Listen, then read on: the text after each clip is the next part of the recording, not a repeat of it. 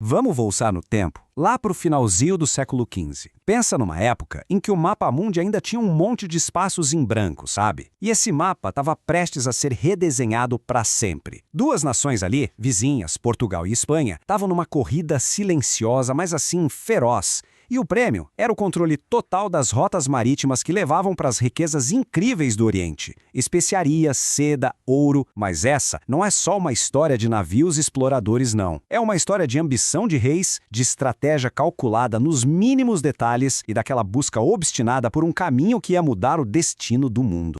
Para a gente entender os bastidores dessa competição, que literalmente redesenhou o planeta, a gente vai seguir os passos do historiador Pedro Calmon. A análise dele é fascinante, porque ele não só conta o que aconteceu, ele mostra pra gente como aconteceu. Ele detalha as duas mentalidades que estavam em jogo. A portuguesa, super metódica, paciente, e a espanhola mais impulsiva, mais de arriscar, sabe? A gente vai ver como essas duas abordagens tão diferentes levaram não só uma disputa pelos oceanos, mas acabaram num ato que ninguém nunca tinha visto. A divisão do globo bem no meio. Então, a nossa jornada por essa história vai ter 4 partes. Primeiro, a gente começa com um plano detalhado de Portugal, que foi uma verdadeira aula de estratégia. Depois, a gente vai ver como a chegada de uma figura totalmente inesperada, Cristóvão Colombo, meio que bagunçou o tabuleiro todo. Em seguida, vamos mergulhar na crise diplomática que quase levou as duas maiores potências da época para a guerra. E, por fim, vamos testemunhar a conclusão da jornada épica de Portugal até a Índia. Bora começar! Certo, vamos para o começo de tudo. O cérebro por trás da estratégia portuguesa era um rei conhecido como o Príncipe Perfeito, Dom João II. E olha, o apelido não era à toa, não. Ele era um estrategista que calculava tudo, avesso a apostas arriscadas, a aventuras por impulso. Para ele, a expansão marítima não era um jogo de sorte, era um projeto de Estado. O que isso quer dizer? Que era política oficial, com grana garantida, com os melhores cientistas, cartógrafos e navegadores do reino trabalhando juntos. O objetivo era um só, e eles não desviavam dele: chegar à Índia, mas pelo caminho que eles consideravam mais seguro e lógico, contornando a África, passo a passo, sem pressa. A execução desse plano foi uma verdadeira obra de paciência e persistência. Não foi uma viagem só grandiosa, foi uma série de etapas calculadas.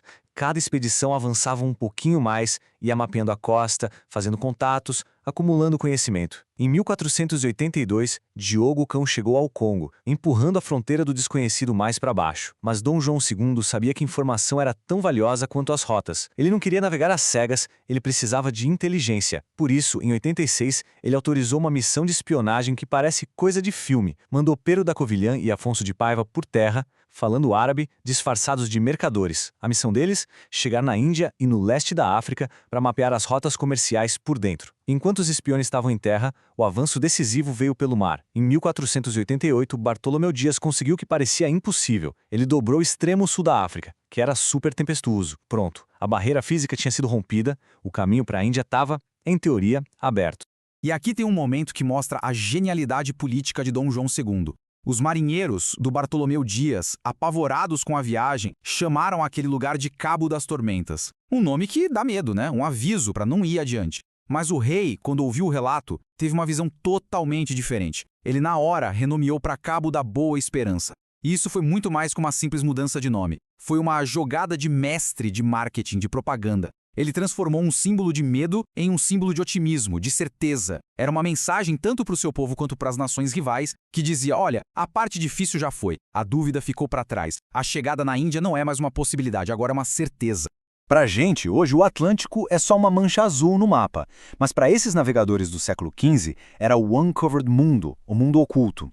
O autor, Calmon, usa a expressão tenebroso oceano para descrever como eles viam o mar. Era uma fronteira assustadora, onde o mundo conhecido acabava e o mito começava.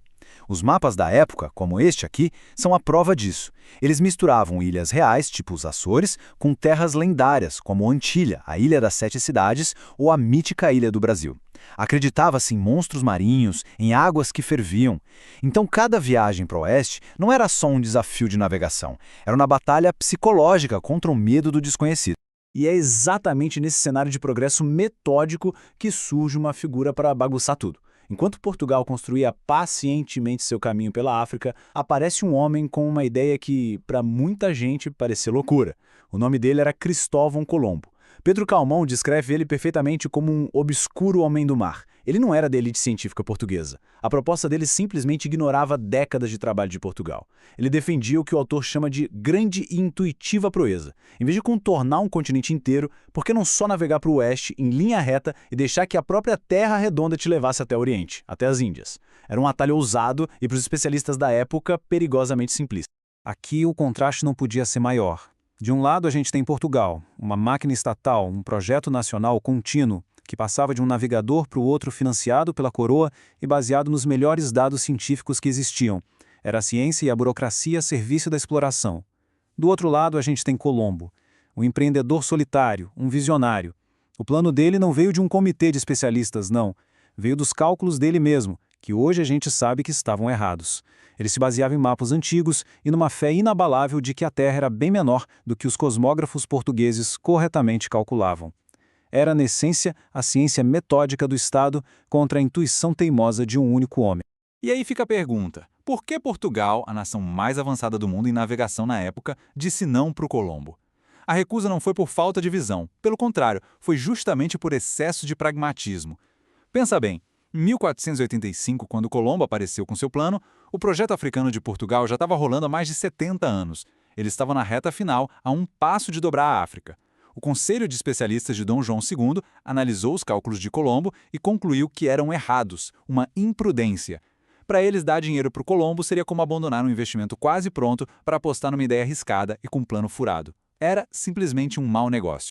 Bom, rejeitado por Portugal, Colombo levou seu projeto para a nação vizinha e rival, a Espanha. E em março de 1493, a notícia que chegou em Lisboa caiu como uma bomba. Colombo tinha voltado e anunciava ter chegado às Índias navegando para o oeste. A aposta de alto risco da Espanha parecia ter dado certo. De uma hora para outra, o cenário mudou completamente. A Espanha, que estava fora da corrida, virou a principal concorrente de Portugal. A jogada intuitiva de um homem tinha criado uma crise geopolítica instantânea, colocando as duas maiores potências navais do mundo em rota de colisão. A guerra parecia uma questão de tempo. Para evitar uma guerra entre duas nações católicas, a diplomacia entrou em campo. A Espanha foi rápida e inteligente. Apelou para o Papa Alexandre VI, que, convenientemente, era espanhol. O Papa então emitiu um decreto oficial, uma bula chamada Intercoetra, traçando uma linha no mapa a 100 léguas a oeste de Cabo Verde. Tudo a oeste seria da Espanha. Era uma vitória esmagadora para eles. Mas aqui de novo, a astúcia de Dom João II se destacou. Ele podia ter começado uma guerra, mas escolheu negociar. Ele disse que a decisão do Papa era inaceitável, ignorou e, com uma frota pronta para a batalha com argumento, forçou a Espanha a sentar na mesa para negociar direto, de rei para rei. O resultado dessa negociação de alta pressão foi o famoso Tratado de Tordesilhas. E o ponto central dessa negociação toda se resume a um número: 370. Essa foi a grande vitória diplomática de Dom João II. Ele lutou com unhas e dentes para empurrar a linha original do Papa muito mais para o oeste. O acordo final moveu o meridiano de 100 para 370 léguas a oeste de Cabo Verde. Olhando no mapa, parece uma mudança pequena, mas na geopolítica mundial foi uma alteração gigantesca. Por quê? Primeiro, garantiu a Portugal o controle total do Atlântico Sul, que era vital para a manobra que os navios precisavam fazer para contornar a África. E segundo, e mais importante, essa faixa extra de oceano que Portugal ganhou na negociação incluía um pedaço de terra que ninguém ainda conhecia oficialmente: o Brasil. A astúcia de um rei numa sala de negociação definiu o futuro de um continente. Com o tratado assinado e o mundo legalmente dividido, a poeira baixou. Portugal tinha agora sua área de influência garantida no papel.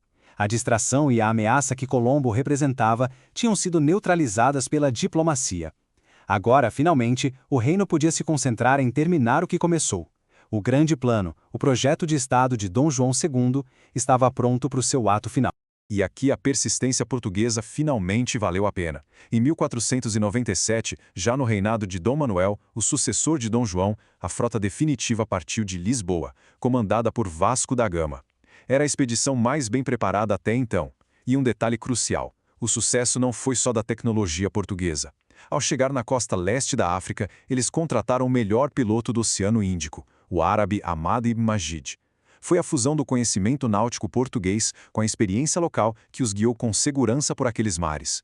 Em maio de 1498, quase um século depois do início da exploração da costa africana, as naus portuguesas finalmente ancoraram em Calicut, na Índia. O sonho de gerações, o objetivo de um rei visionário, estava enfim realizado.